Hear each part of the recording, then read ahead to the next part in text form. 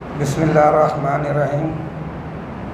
یہ پہلا سوال ہے، بیوی کے مرنے کے بعد شوہر اس کا چہرہ دیکھ سکتا ہے؟ ان الحمد للہ والصلاۃ والسلام علی رسول اللہ وبعد۔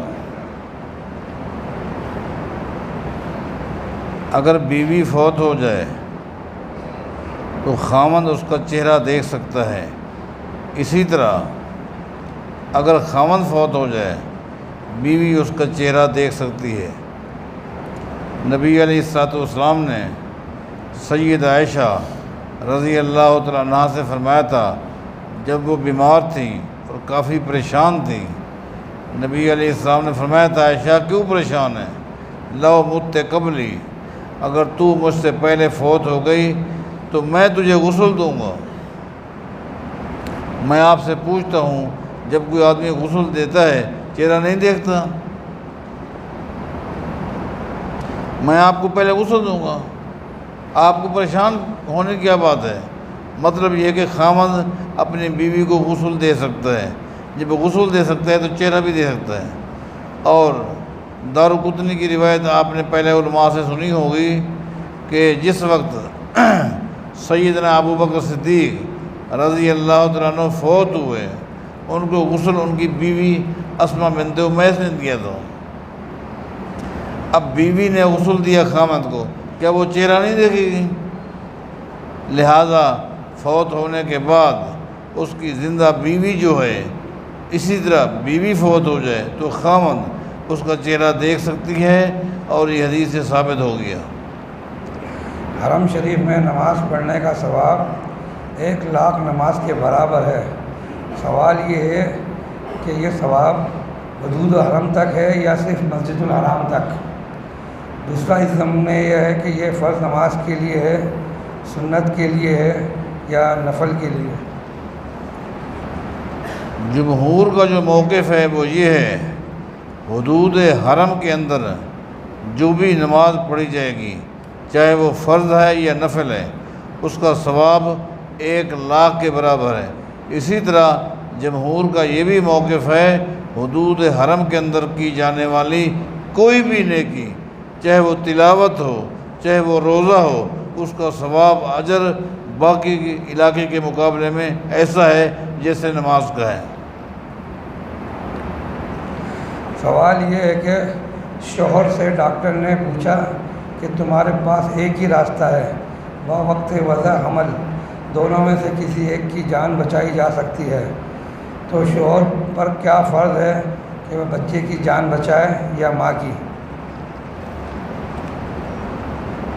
اللہ پاک ہم سب کو عافیت والی زندگی نصیب فرمائے۔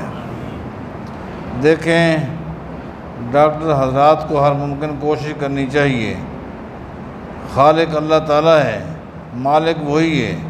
کوشش کریں کہ جہاں تک ہو سکے ہر ذی روح کی جان بچائی جائے، یہ تو ہر ممکن کوشش ہونی چاہیے۔ اگر حالت اضطرار ہے، حالت اضطرار میں تو پھر یہ ہے کہ ایک خاتون جو دنیا کی زندگی میں آ چکی ہے، دنیا میں آ چکی ہے، وہ رہ رہی ہے، ایک نے ابھی دنیا میں آنا ہے، ابھی نہیں آیا، اس کا زیادہ حق ہے، اس کو بچانے کی کوشش کی جائے۔ جنگ یمامہ کون سی جنگ ہے جس میں ابو بکر صدیق رضی اللہ تعالیٰ عنہ نے خالد بن ولید کو خط لکھا کہ تم دشمن کے مقابلے میں یا محمد صلی اللہ علیہ وسلم کا نعرہ لگاؤ؟ جنگ یمامہ تو بڑی مشہور ہے، بڑی معروف ہے، اس میں مجاہدین کا کردار بھی بڑا مثالی ہے۔ یہ ساری باتیں بالکل صحیح ہیں، اور ابو بکر صدیق رضی اللہ تعالیٰ عنہ نے یقیناً یہ ساری وہاں جو سیدنا خالد بن ولید کی ڈیوٹی لگائی اپنی جگہ پر ہے، لیکن یہ جو جملہ کہا گیا ہے کہ ان سے کہا آپ یا محمد کا نعرہ لگائیں، یہ کسی بھی روایت میں سند کے ساتھ نہ میں نے پڑھی ہے نہ سنی ہے، میں تو سن بھی آج ہی رہا ہوں۔ میرے علم میں نہیں ہے کہ ابو بکر صدیق نے خالد بن ولید کو کہا تھا کہ تم نے اس طرح کا نعرہ لگائیں، میرے علم میں نہیں ہے۔ وتر کی 3 رکعت ایک ساتھ پڑھنا کس حدیث سے ثابت ہے؟ امام شوکانی نے کتاب الوتر کا باب باندھا ہے نیل اتار کے اندر، اور اس میں تمام تر وہ روایات جن روایات میں یہ ثابت ہے 1 رکعت پڑھی جائے گی تو کس طرح، 3 رکعتیں پڑھی جائیں گی تو کس طرح، 5 رکعتیں، یہ آپ کتاب کا مطالعہ کریں، ساری تفصیل آپ کو وہاں مل جائے گی۔ قبلہ تبدیل کرنے کا واقعہ کس طرح ہوا؟ کیا آپ صلی اللہ علیہ وسلم جماعت کرا رہے تھے؟ جب نماز فرض ہوئی تو تقریباً 17-18 مہینے بیت المقدس کی طرف رخ کر کے نماز پڑھی گئی۔ اس کے بعد قبلے کے رخ کو چینج کرنے کا حکم آیا اور نبی علیہ السلام نے بیت اللہ کی طرف رخ کر کے نماز پڑھی، صحابہ نے اسی ترتیب سے آپ کے پیچھے پڑھی۔ یہ جو کہا جاتا ہے کہ نبی علیہ السلام نے حالت نماز میں رکوع میں یہ رخ تبدیل کر دیا، یہ تو ایک صحابی کا عمل ہے۔ انہوں نے نبی علیہ السلام کے پیچھے نماز پڑھی اور نماز پڑھنے کے بعد جب وہ گئے تو دیکھا لوگوں کو کہ قبلتین جو مسجد مشہور ہے کہ وہاں نماز پڑھ رہے ہیں، اعلان لگا کر کہا کہ نبی علیہ السلام نے بیت اللہ کی طرف رخ کر کے نماز پڑھی ہے، میں نماز پڑھ کے آیا ہوں۔ تو امام نے، مقتدیوں نے حالت نماز میں ہی اپنا رخ چینج کر لیا تھا۔ سوال یہ ہے کہ حدیث میں آتا ہے کہ اللہ کے رسول صلی اللہ علیہ وسلم نے فرمایا علم حاصل کرو خواہ تمہیں چین بھی جانا پڑے۔ سوال یہ ہے کہ کیا اس وقت چین علم کا مرکز تھا؟ علم کا مرکز تو مدینہ تھا، جہاں پوری کائنات کے سب سے بڑے معلم محمد مصطفیٰ موجود تھے صلی اللہ علیہ وسلم۔ جہاں تک اس روایت کا تعلق ہے تو یہ ایک من گھڑت روایت ہے۔ ملا علی قاری حنفی نے ایک کتاب لکھی ہے، اس کا نام ہے موضوعات کبیر۔ مطلب یہ کہ اس بندے نے بڑی محنت کی ہے اور محنت کے ساتھ جتنی بھی من گھڑت روایات تھیں ان کو الگ جمع کی ہے تاکہ لوگوں کو پتہ چل جائے کہ یہ من گھڑت روایات ہیں۔ اس کتاب کے اندر یہ روایت بھی موجود ہے، اس کی سند جو ہے اس میں اتصال دور کی بات ہے، یہ من گھڑت روایت ہے۔ ہر سال محرم میں قبروں کو تجدید کرنا کیسا ہے؟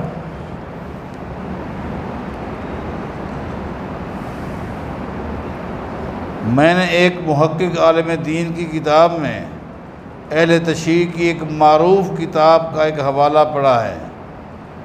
کتاب کا نام ہے من لا یحضرہ الفقیہ۔ یہ کتاب اہل تشیع کی بڑی مرکزی کتاب ہے۔ اس کا حوالہ میں نے ایک کتاب میں پڑھا ہے، اس میں ایک روایت موجود ہے کہ سیدنا علی رضی اللہ تعالیٰ عنہ فرماتے ہیں من جدد قبراً او مثل مثالاً فہو قد خرج عن الاسلام۔ جو شخص بھی قبر کی تجدید کرے گا، تجدید کا مطلب یہ ہے کہ اس کی دوبارہ پالش کرے گا، قبر سیٹ ہے اس کو دوبارہ رینیوز کرے گا۔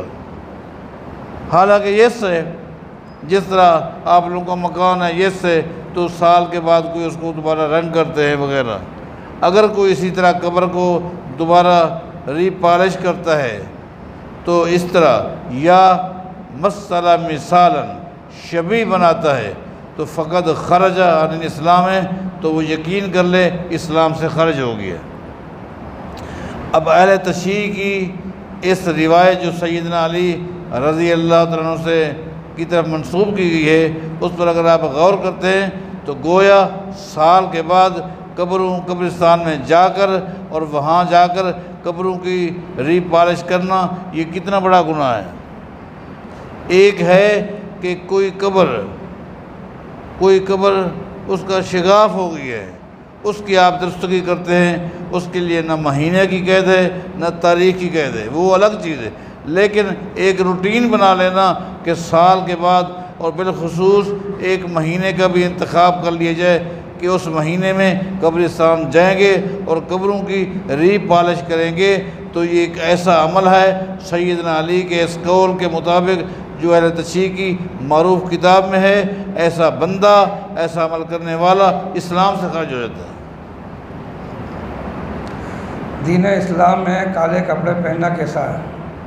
عام طور پر بعض دوست ایک روایت لاتے ہیں کہ نبی علیہ السلام نے ایک شخص کو دیکھا اس نے کالے کپڑے پہنے ہوئے تھے تو نبی علیہ السلام نے فرمایا کہ یہ جہنمی لباس ہے۔ میں نے، یہ بہت پرانی بات ہے، میں نے اس روایت کی تحقیق کی، اہل علم سے بھی رابطہ کیا، پتہ چلا وہ من گھڑت روایت ہے، کسی بھی صحیح سند کے ساتھ وہ روایت ثابت نہیں ہے۔ لہٰذا کالے کپڑے سے منع کرنا، یہ مجھے کوئی حدیث نہیں ملی، جبکہ اس کے برعکس محدثین نے باقاعدہ کالے کپڑے کے پہننے کے جواز کے لیے ابواب قائم کیے۔ امام بخاری رحمہ اللہ نے صحیح بخاری میں، امام ترمذی نے ترمذی کے اندر کالے کپڑے پہننے کے لیے باقاعدہ ابواب قائم کیے ہیں اور روایتیں لائے ہیں۔ ہاں البتہ ایک بات یاد رکھیں، اسلام نے مشابہت سے منع کی ہے، اسلام نے مشابہت سے منع کی ہے۔ اگر کوئی قوم کسی دن کو، کسی مہینے کو، کسی دن کو خاص کر لیتی ہے اور وہاں کالے کپڑے پہننے کے لیے خاص عقیدہ بنا لیتی ہے تو پھر اس کی مشابہت سے اپنے آپ کو بچانا چاہیے، کیونکہ نبی علیہ السلام کا فرمان ہے من تشبہ بقوم فہو منہم، جو کسی قوم کی مشابہت کرے گا لباس میں، حجامت میں، وضاقتہ میں، جو دنیا میں جس قوم کی مشابہت کرے گا قیامت کے دن انہی کی صفوں میں کھڑا ہوگا۔ لہٰذا ان چونکہ مخصوص ایام میں بعض حضرات کالے کپڑے پہننا اور یوں منانا ایک سوگ کی شکل میں اس کو وہ پیش کرتے ہیں، لہٰذا اس مشابہت سے بچیں، لیکن عام ایام میں کپڑے کالے پہننے سے شریعت نے منع نہیں کیا۔ سوال یہ ہے کہ میرے والد کی وفات ہو چکی ہے، ان کی وراثت ترکہ کی تقسیم میں مسائل آ رہے ہیں، کیونکہ ان کی پراپرٹی بہت سے مکانات ہیں اور بہنیں شادی شدہ ہیں اور وراثت کی تقسیم نہیں ہوئی اور کئی سال گزر گئے ہیں، جس میں کچھ مکان فروخت کر دیے گئے ہیں۔ اب سوال یہ ہے کہ والد کی وفات تک جو پراپرٹی تھی اس پر تقسیم ہوگی یا موجودہ پراپرٹی پر تقسیم ہوگی؟ دیکھیں، وراثت کے حوالے سے میں پہلے بھی کئی مرتبہ عرض کر چکا ہوں، کیونکہ وراثت کے سوالات میں بڑی پیچیدگیاں بھی ہوتی ہیں اور بہت سارے سوالات بھی آتے ہیں اور اس میں تفصیل بھی ہوتی ہے۔ اس لیے میں نے کہا تھا انفرادی نشست میں دوست آئیں، وراثت کے حوالے سے جب بھی سوال کرنا ہو انفرادی نشست میں آئیں۔ اب بھی میں یہی کہوں گا، یہ سوال جو ساتھی لے ہیں انفرادی نشست میں، وہ اگلی نشست میں وہ آ جائیں اور تفصیل کے ساتھ بیٹھیں، اس کو جواب مل جائے گا۔ مختصر یہ ہے، مرنے والے کی جو جائیداد تھی اسی کنڈیشن میں ہے، اگر اس جائیداد کی کنڈیشن چینج ہو گئی ہے، کاروبار کی وجہ سے اضافہ ہو گئی ہے، بہرحال جو بھی ہے اس مرنے والے کی طرف جس چیز کو منسوب کیا جائے گا اسی کو ہی تقسیم کیا جائے گا، جو اس کی نہیں ہے وہ اس کے کھاتے میں نہیں ہے، اس کو تقسیم نہیں کیا جائے گا۔ سوال یہ ہے کہ اگر کوئی باہر ملک سے کوئی چیز بھی امپورٹ کرتا ہے اور اگر ہمیں معلوم ہے کہ اس کا ٹیکس ادا نہیں کیا گیا، وہ چیز خریدنا کیسا ہے؟ جیسے یہ ٹیکس جو ہے یہ مختلف ممالک کے حکمرانوں کے وضع کردہ ہیں، ان کا اسلام سے کوئی تعلق نہیں ہے، لیکن قوانین کا احترام کرنا چاہیے۔ جس ملک کے جو قوانین ہیں ان کا جب آپ احترام کریں گے امن قائم ہوگا۔ لیکن سوال یہ ہے کہ اگر کسی وجہ سے ٹیکس ادا نہیں کیا گیا تو اس جائیداد میں سے کھانا پینا، زکوٰۃ، حج کرنا کیسا ہے، اس کو ناجائز میں نہیں کہہ سکتا۔ یہ چیز خرید و فروخت کی بات ہے، کپڑا وغیرہ کوئی سامان، ہاں کوئی بھی چیز ہے، آپ نے کوئی چیز خرید کرنی ہے، کچھ بھی ہے، اس کو ہم ناجائز نہیں کہہ سکتے۔ اگر کسی سے پیسے لینے ہوں، وہ حج بھی کر رہا ہو، قربانی بھی کر رہا ہو اور ہمیں پیسے نہیں دے رہا اور کہہ رہا ہے کہ جب آئیں گے تب دے دوں گا، یہ عمل کیسا ہے؟ دیکھیں، یہ اس کی بہت بڑی زیادتی ہے۔ مقروض آدمی کو پہلے قرض ادا کرنا ہے، اس کے بعد ہی اس شخص کو حج بھی کرنا ہے، عمرہ بھی کرنا ہے، یہ اس کی زیادتی ہے، اس کی ترتیب بالکل صحیح نہیں ہے۔ اللہ سے ہم دعا کرتے ہیں اللہ اس کو ہدایت دے تاکہ وہ صحیح ترتیب کو سمجھ پائے۔ سبحان اللہ۔